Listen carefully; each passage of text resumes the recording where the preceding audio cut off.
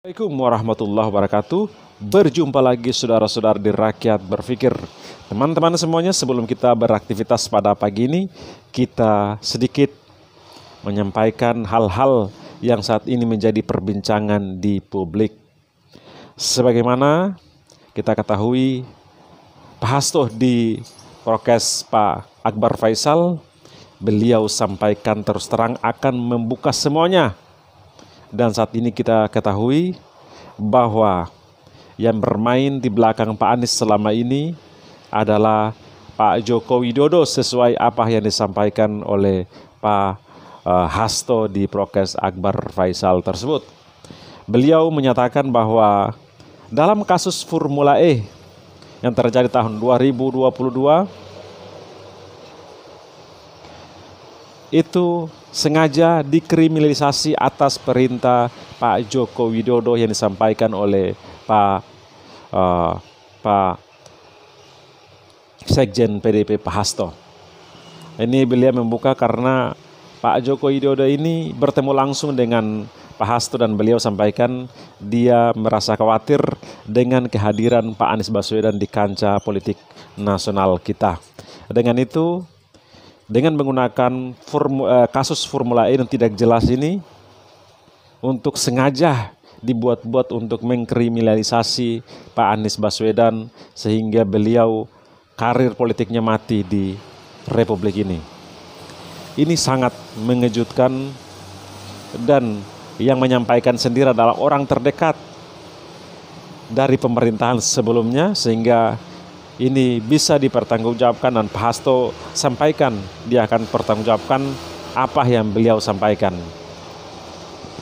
Sebagaimana kita ketahui, KPK mengakui bahwa dalam menggelar perkara penyelidikan kasus Formula E Pak Anies ini dilakukan berulang kali karena ini adalah perintah dari Pak Joko Widodo. Hal ini akan menjadi salah satu pelanggaran hukum berat karena menggunakan lembaga-lembaga negara untuk kepentingan politik atau melawan lawan politik seperti yang telah terjadi oleh Pak Anies Baswedan sesuai apa yang disampaikan oleh Pak Hasto.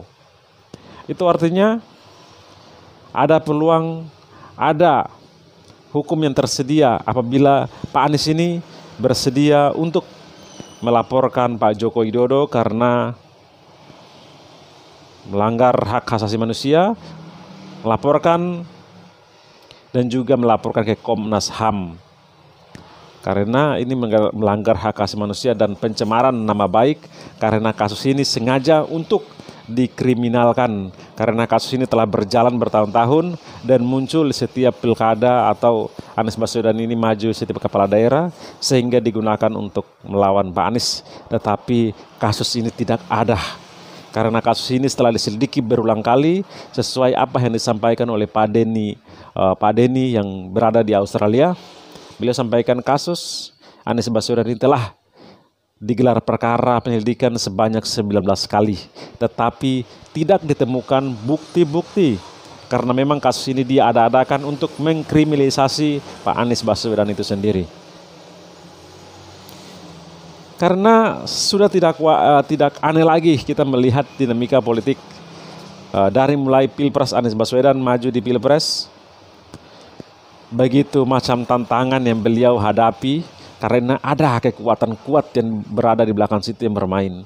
Sebagaimana yang ditakutkan oleh Pak Joko Widodo itu sendiri, bahwa dengan kemunculan Anies ini menjadi ancaman bagi dia untuk memperluas dinasti kekuasaannya.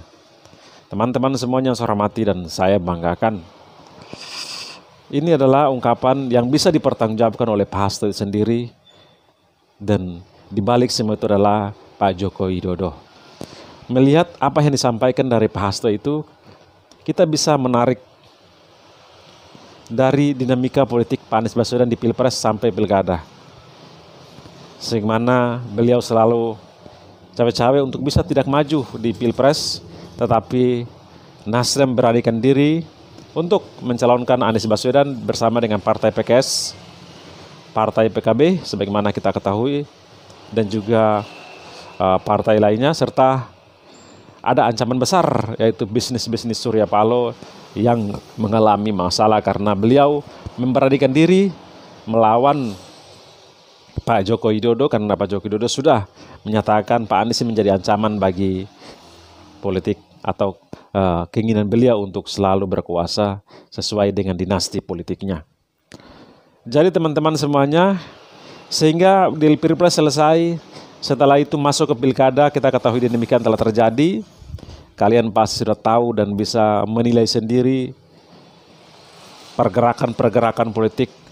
Di belakang layar terlihat rapi, tetapi di belakang layar amburadul untuk mencegah Pak Anies ini sehingga beliau tidak maju, karena kita ketahui Pak Anies ini memiliki kekuatan elektabilitas yang sangat tinggi di Jakarta. Dengan itu kalau Pak Anies maju, kemungkinan besar harus bisa menang, kemungkinan besar Pak Anies ini bisa menang, dan juga Pak Anies ini sangat dekat dengan warga Jakarta dan sebagainya. Dengan itu, dengan kekuatan yang ada, istilahnya di Pilpres, sebagaimana kita ketahui, dengan menggunakan uang banyak untuk bisa mengalahkan Pak Anies Baswedan ini. Uang sangat banyak, entah uang itu dari mana, dari judika, dari mana hasil judika, tidak tahu. Intinya untuk mengalahkan Pak Anies Baswedan menggerakkan seluruh instrumen negara, baik bansos, menggunakan bansos, BLT dan lain sebagainya untuk bisa mengalahkan Pak Anies Baswedan itu. Itu terbukti melalui hasil dari Mahkamah Konstitusi. Kalau terbukti ada cawe-cawe, ada dan lain sebagainya itu yang sudah terjadi ya. Jadi teman-teman semuanya, jadi pemerintah atau kekuasaan tidak mau mengeluarkan uang banyak lagi apabila Pak Anies ini maju di pilkada. Itu artinya mereka butuh dana banyak untuk bisa mengalahkan Pak Anies lagi di pilkada Jakarta. Sehingga dengan itu, bagaimana cara untuk mencegah Pak Anies adalah harus mencegah beliau sehingga tidak keluar uang banyak untuk bisa mengalahkan beliau di pilkada Jakarta. Dengan itu mereka berhasil atas strategi-strategi belakang layar, permainan-permainan politik jahat untuk mencegah Pak Anies. Sebagaimana kita ketahui, demokrasi itu untuk rakyat, dari rakyat, untuk rakyat, oleh rakyat. Tetapi di pilkada Jakarta rupa-rupanya rasanya tidak. Sebenarnya kita ketahui rakyat menginginkan Anies Baswedan untuk maju di pilkada Jakarta, dan beliau dipercayai oleh masyarakat Jakarta untuk memimpin kembali Jakarta. Tetapi tidak diberikan kesempatan itu artinya kedaulatan rakyat diambil alih oleh kekuasaan untuk kepentingan politik mereka atau dinasti politik mereka, untuk membangun kekuatan politik untuk Pilpres 2029 bisa saja adalah anak Pak Joko Widodo sendiri, karena berbagian dari strategi yang telah diatur oleh para orang-orang yang ingin selalu berkuasa dengan menggunakan kekuasaan atau orang-orangnya saja atau keluarga-keluarganya saya. Negeri ini didirikan untuk seluruh rakyat Indonesia, bukan untuk keluarga atau kelompok tertentu. Ini adalah pengakuan yang sangat menjadi analisa kita bersama. Apa sebenarnya yang terjadi? Dengan itu kita sambung lagi pilkada Jakarta. Pak Joko Widodo telah mendukung Ridwan Kamil, sudah pasti, karena mereka bagian dari koalisi Indonesia Maju atau KIM. Dan Pak Prabowo juga, Pak Joko Widodo sibuk di Jawa Tengah.